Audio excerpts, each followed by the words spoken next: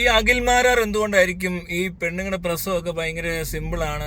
പണ്ടൊക്കെ ആണെങ്കിൽ വെറുതെ പ്രസവിച്ചിട്ടുകൊണ്ടിരുന്ന പെണ്ണുങ്ങൾ ഇപ്പോൾ പേടിപ്പിച്ചിട്ട് ഈ മെഡിക്കൽ സയൻസ് എന്തോ എങ്ങനെയാണെന്ന് അറിയത്തില്ല അവരെ പേടിപ്പിച്ചത്. അത് കഴിഞ്ഞപ്പോൾ സിസേറിയനായി, നടുവേനയായി പോയി, ഏതാണ്ടൊക്കെ പറയുന്നത് കേട്ടില്ല. ഇരുന്നുണ്ട് മാമ്പര വിഡിത്തരം പറഞ്ഞുകൊണ്ടിരിക്കുക, ഭയങ്കരமான വിഡിത്തരങ്ങൾ.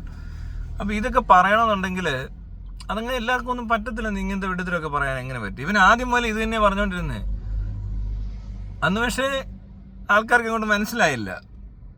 ഏതാ ഒരു ഇഷ്യൂവിൽ ഇടപെടുമ്പോൾ നമ്മളിപ്പോൾ ഒരു പെൺകുട്ടികളെ ബിഗ് ബോസിലെങ്ങാണ്ട് വെച്ച് ആരാണ് എന്ത് ചെയ്യുമെന്ന് പറയുമ്പോൾ ഒരിക്കലും അവനെ വിഡിത്തരങ്ങളാണ് പറഞ്ഞാൽ പോലും അത് നല്ലൊരു കോസ് ആയതുകൊണ്ട് ചിലപ്പോൾ ആൾക്കാർ, പക്ഷേ അതിനകത്ത് മണ്ടത്തരം പറഞ്ഞിട്ടും ഞാൻ പറയുന്നുണ്ട് അപ്പോഴേ ഇത് ഇങ്ങനെയല്ല ഡീൽ ചെയ്യേണ്ടത്, ഇവൻ ചെയ്യുന്നതുകൊണ്ട് ഇത് കുഴപ്പമാകുന്നതെന്ന് പറഞ്ഞപ്പോൾ ആർക്കും മനസ്സിലായില്ല. ഉടനെ എല്ലാവരോടും നീ എന്തോ ഉണ്ടാക്കണം മറ്റൊരാക്കണം എന്നൊക്കെ പറഞ്ഞു. പക്ഷേ ഇങ്ങനത്തെ ഒരു സ്ഥലം വരുമ്പോൾ ഒരിക്കലും എന്താ പറയുക, അങ്ങനെ ആരും തിരിച്ചു പറയത്തില്ല. എല്ലാവരും ഒരുപോലെ പറയും ഇവൻ പറയുന്ന വിഡിത്തരമാണ്, ഇവൻ അറിയത്തില്ല എന്നൊക്കെ.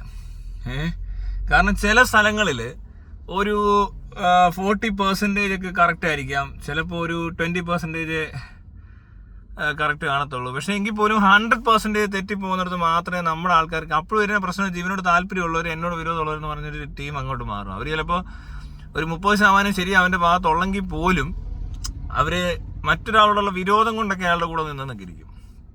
ഈ കേസിൽ അങ്ങനെ സംഭവിക്കത്തില്ല. എന്തുകൊണ്ടെന്ന് വെച്ചാൽ ഇത് അത്രയ്ക്ക് അശാസ്ത്രീയമായൊരു കാര്യമായിപ്പോയി. 100% ഒരു തെറ്റ് അല്ലെങ്കിൽ ഒരു മണ്ടത്തരം, വിവരമില്ലായ്മ എന്നൊക്കെ പറഞ്ഞ സാധനം നടന്നിരിക്കുന്നത്. വിവരമില്ലായ്മ എന്ന് പറയുന്നത് ഇവൻ ഈ പരിപാടിയെ പറ്റി അറിയത്തില്ല.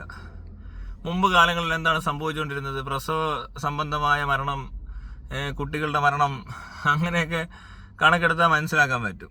പിന്നത്തെ കേസ് എന്താ വെച്ചാൽ ഈ പോപ്പുലേഷൻ ഇത്ര കൂടി നിൽക്കുന്നത് എന്തുകൊണ്ടാണ് എന്ന് ചോദിച്ചാൽ അവിടെയും അതുപോലെ തന്നെ ഈ പറഞ്ഞ ഈ അകാല മൃത്യു എന്നൊക്കെ പറഞ്ഞ പോലത്തെ കാര്യങ്ങളുടെയൊക്കെ വ്യത്യാസങ്ങൾ മെഡിക്കൽ സയൻസ് ഡെവലപ്പ് ചെയ്തപ്പോൾ ഉണ്ടായിട്ടുണ്ട്.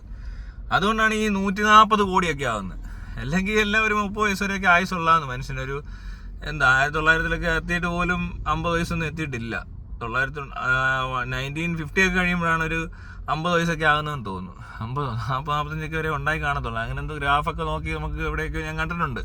ഇത് ഗൂഗിൾ നോക്കിയാൽ മനസ്സിലാവും എപ്പോഴൊക്കെയാണ് ഈ പോപ്പുലേഷൻ്റെ ഹൈപ്പ് ഉണ്ടായത്, അതിനകത്ത് മെഡിക്കൽ സയൻസിൻ്റെ റോൾ എന്താണ്, അതുപോലെ തന്നെ ഈ ആൾക്കാരുടെ ആയുർദൈർഘ്യം കൂട്ടിയത് എപ്പോഴത്തൊട്ടാണ്, കൂടിയത് എപ്പോഴത്തൊട്ടാണ്. ഇപ്പോൾ ഇനി 200 വയസ്സ് വരെ പ്രായമുള്ള ആൾക്കാരൊക്കെയാണ്, പ്രായം വരെ ജീവിച്ചിരിക്കാൻ പറ്റുന്നവരാണ് ഇപ്പോൾ ജീവിച്ചിരിക്കുന്നവർ, ജനിച്ചവരെന്നൊക്കെ പറയുന്നുണ്ട്. അതിൻ്റെ കാരണം എന്ന് പറഞ്ഞാൽ ഇപ്പോൾ ജനറ്റിക് മോഡിഫിക്കേഷൻ അല്ലേ, ജീൻ തെറാപ്പി പോലത്തെ ട്രീറ്റ്മെൻറ്റും അങ്ങനത്തെ കുറേ കാര്യങ്ങളും ഈ സെൽസിനകത്തൊക്കെയല്ലേ പണി നടക്കുന്നത് ഇപ്പോൾ മരുന്ന്. ബയോളജിക്കൽ മെഡിസിൻ അഡ്വാൻസ്മെൻറ്റ് ഉണ്ടാകുമ്പോൾ മനുഷ്യൻ്റെ ആയുസ് കൂടും, ഈ പറഞ്ഞ മോർട്ടാലിറ്റി റേറ്റ് കുറയും. അത് ഇൻഫൻ്റ് ആണെങ്കിലും കൊള്ളാം, ഇപ്പോൾ ഈ പറഞ്ഞ ഏജ് ആയിട്ടുള്ളവരുടെ ആണെങ്കിലും ആയുസ് നീട്ടിക്കൊണ്ടിരിക്കും.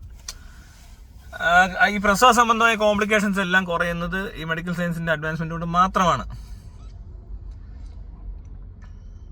പണ്ടൊക്കെ എന്ന് വെച്ചാൽ ചിലപ്പോൾ 10 പെണ്ണുങ്ങളിൽ ഒരു 7 പേരൊക്കെ 10 പ്രസവിക്കായിരിക്കും, പക്ഷെ ഒരു 3 പേര് മരിക്കാൻ സാധ്യതയുണ്ട്, അവരുടെ കുട്ടികൾ മരിക്കാനൊക്കെ സാധ്യതയുണ്ട്. അതങ്ങനത്തെ മണ്ടത്തരങ്ങൾ. പിന്നെ വേറെ രീതിയിൽ ഇവൻ മണ്ടനാവുന്നത് എങ്ങനെയാണെന്ന് വെച്ചാൽ ഇവന് അപ്ഡേഷൻ ഇല്ല.